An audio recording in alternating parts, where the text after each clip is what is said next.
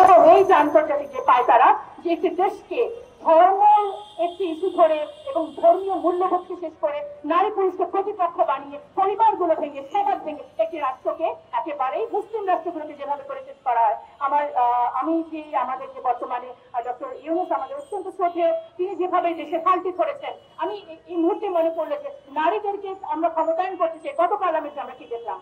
আমরা দেখলাম আমাদের প্রধানমন্ত্রী, স্পিকার সবাই নারী, কিন্তু ওনার মতো ফ্যাসিস্ট নারী নেতৃত্ব তো অনেক পুরুষের মধ্যেও নাই।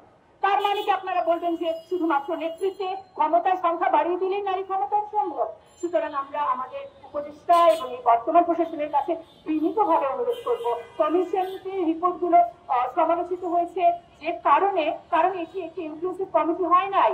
90% মুসলিমের দেশে, এখানে অবশ্যই ইসলাম সম্পর্কে বিশেষজ্ঞ কারো থাকা উচিত ছিল, এবং তারা বলেছেন এই রিপোর্টটি একটি কিছু সংখ্যক মানুষের জন্য। সুতরাং আমরা আজকে দাঁড়িয়েছি, কোন কমিশনের রিপোর্ট শুধুমাত্র কিছু সংখ্যক মানুষের জন্য হতে পারে না, নারীর জন্য রিপোর্ট সেটি হবে যেটি সার্বজনীন। এবং আমি আমাদের আবার এই প্রশাসনকে বিনীতভাবে অনুরোধ করতে চাই, একটি সর্বজন গৃহীত কমিশনের মাধ্যমে এবং কোনো ধরনের বৈষম্য তৈরি না করে, সমাজকে অস্থিতিশীল না করে, আমার রাষ্ট্রকে যদি এগিয়ে নিয়ে যেতে চান, নারীর পার্টিসিপেশনকে যদি সত্যি আপনারা মূল্যায়ন করতে চান, তাহলে আরেকটি কমিশন করে এবং সত্যি সত্যি আমাদের সুন্দর কিছু গুণগত মান উন্নয়নের জন্য সুপারিশ করবেন।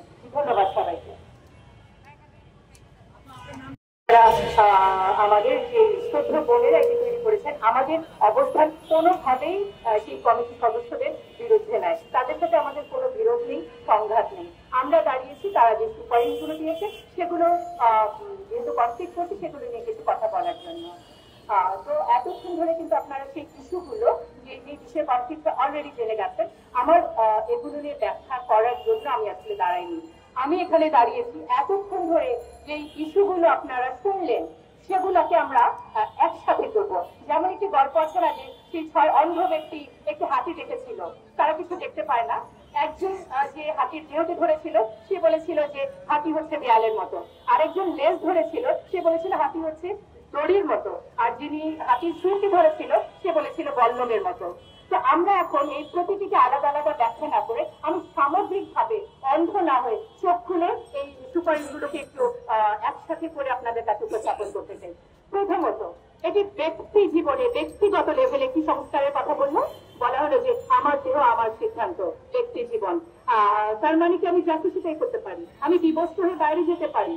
যদি এটাকে অধিকার মনে করে, তাহলে যখন আমি হিজাব করি তখন আমাকে পরীক্ষা কেন্দ্রে বাধ্য করা হয় নেকাব খুলতে, তখন আমার সেই অধিকারটি কোথায় গেল? এটি নিয়ে কিন্তু আমার কমিশন কিছুই বললেন না।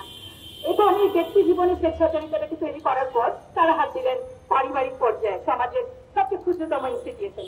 কি হলো যে মানে পুরুষকে করা হলো আমার প্রতিপক্ষ, এবং আইডিয়াটাও কিন্তু সুন্দর, পুরুষের ক্ষমতা ভাঙবো, সম অধিকার আনবো। কেন আমাদেরকে পুরুষের প্রতিপক্ষ করে দিলেন? আমরা তো ক্ষমতা ভেঙে আনতে চাই নাই, আমরা তো একে অপরের পরিপূরক ছিলাম। এবং কি হলো, বলা হলো যে মেরিটাল রেট একটি বিষয়, যে শব্দটিকে এখনো বলা হচ্ছে। এবং আমি বিনয়ের সাথে বলছি, ঘটনাটি কিন্তু সত্যি সত্যি সমাজে কোনো কোনো ক্ষেত্রে আছে। বিষয় হচ্ছে যারা এটি করছেন, যে পুরুষ এটি করছেন, তিনি কিন্তু মানসিক বিকারগ্রস্ত, তার জন্য চিকিৎসা দরকার। এবং ফিজিক্যালি অ্যাসাল্ট যখন মহিলারা হয়, তারা কিন্তু অবশ্যই নারী নির্যাতন মামলায় যেতেই পারেন। তাহলে ফৌজদারি মামলা কেন? একটি দাম্পত্য জীবন ধ্বংসের থেকে নেওয়ার জন্য এটা যথেষ্ট। এবার চলে আসি হচ্ছে যে শিক্ষা ব্যবস্থা। শিক্ষা ব্যবস্থার আগে আমি একটু সম্পদ দিয়ে বলতে চাই, এটি তো পরিবারের ইস্যু।